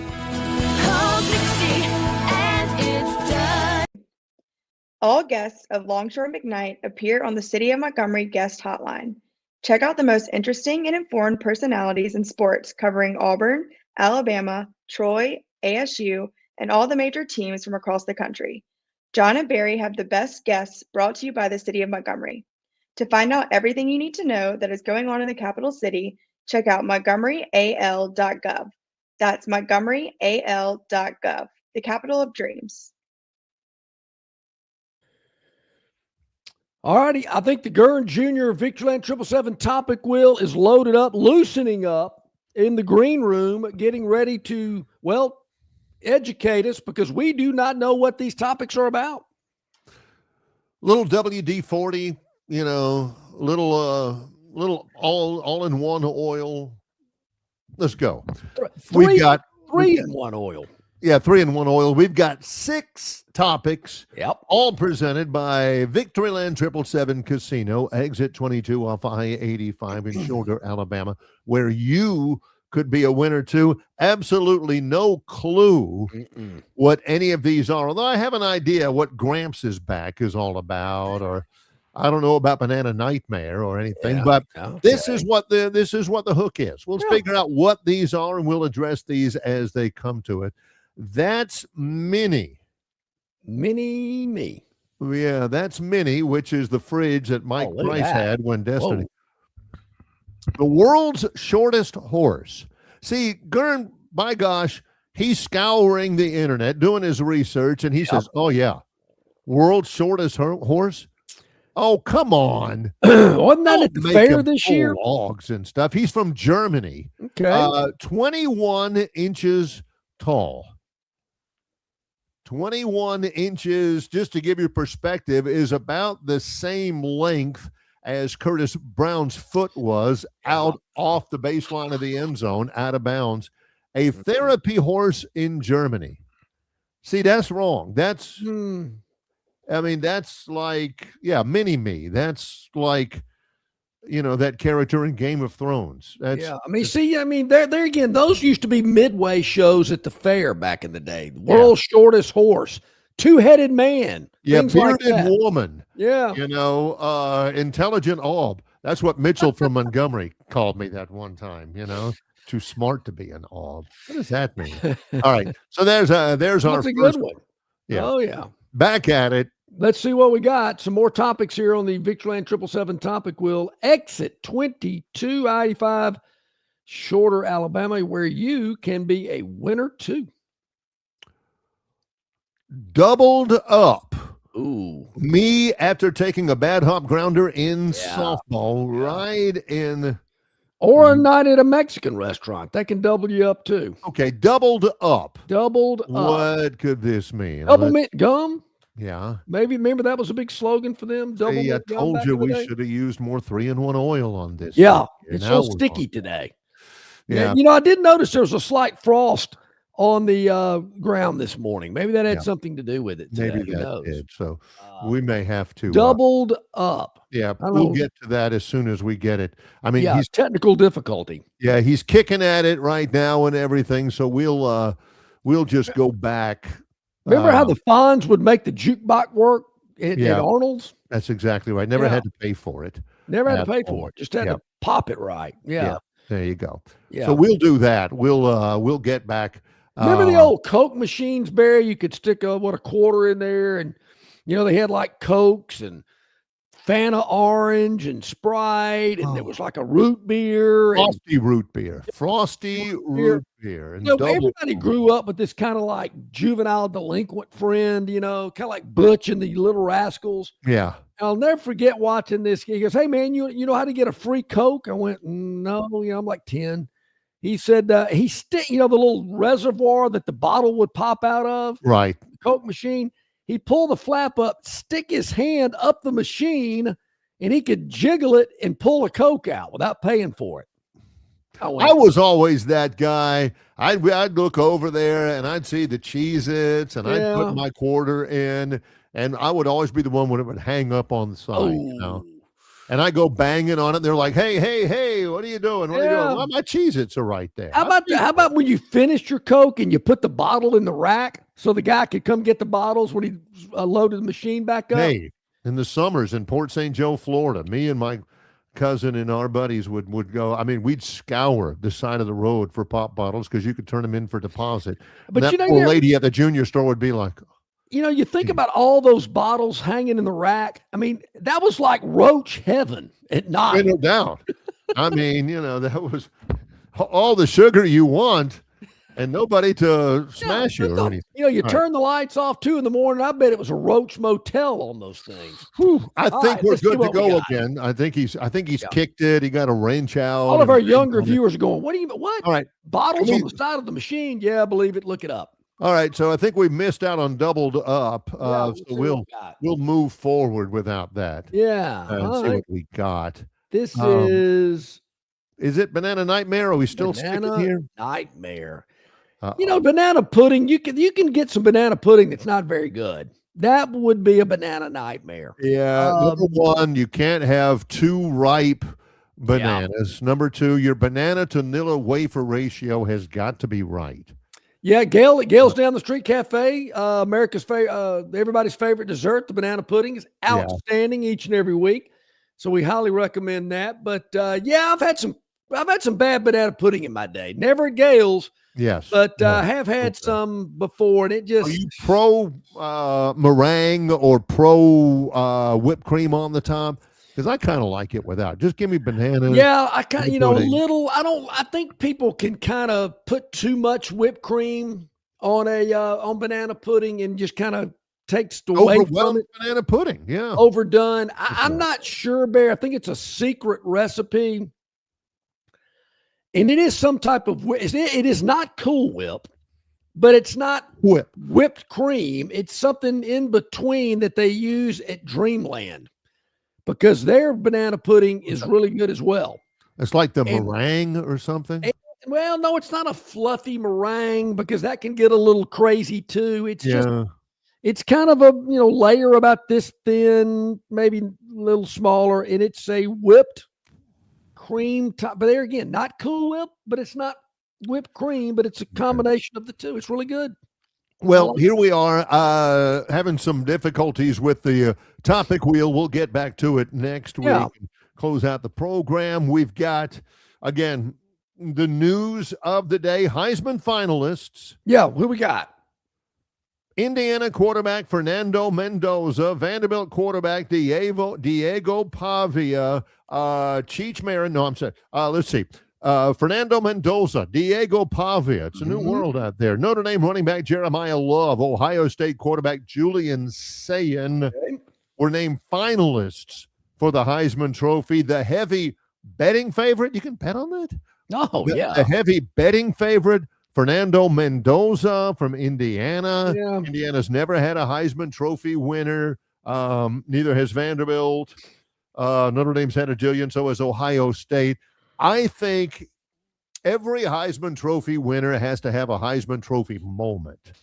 I think Mendoza's Heisman Trophy moment was last week. Julian saying I would have given him a good shot to do it. Number one team in the country, I think that his chances are none because, quite frankly, he got outplayed on the biggest stage of the Big Ten season so far by one of the other finalists. You know, Barry, I think Mendoza solidified the Heisman on Saturday. I think his moment was against Penn State when he drove his team down at the end of the game to win it. To me, that was very impressive. Yeah. That was huge. And Gus Johnson absolutely losing his mind. You know, that was a little bit bad. But, yeah, I'm telling you, again, we've been following Indiana for a few years. My sister's a professor there. My brother-in-law is a teacher there. Mendoza is the real deal. Where did he come from? He came from Cal. He played against Auburn when he was a freshman at Cal. No way. He's from Miami.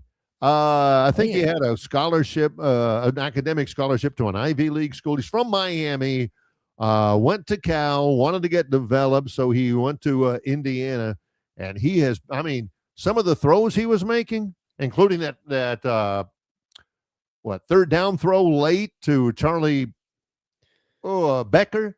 The first throw where he got the snot knocked out of him, those are NFL throws. That kid. You're telling me that Mendoza played against Auburn in the 1 a.m. game out in Berkeley?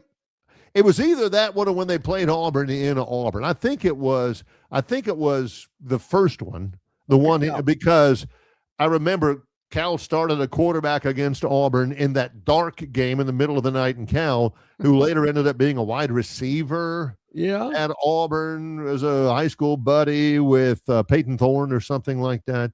But I'm telling you, he is big time. I would love it. I want Mendoza to win because it'd make my family happy.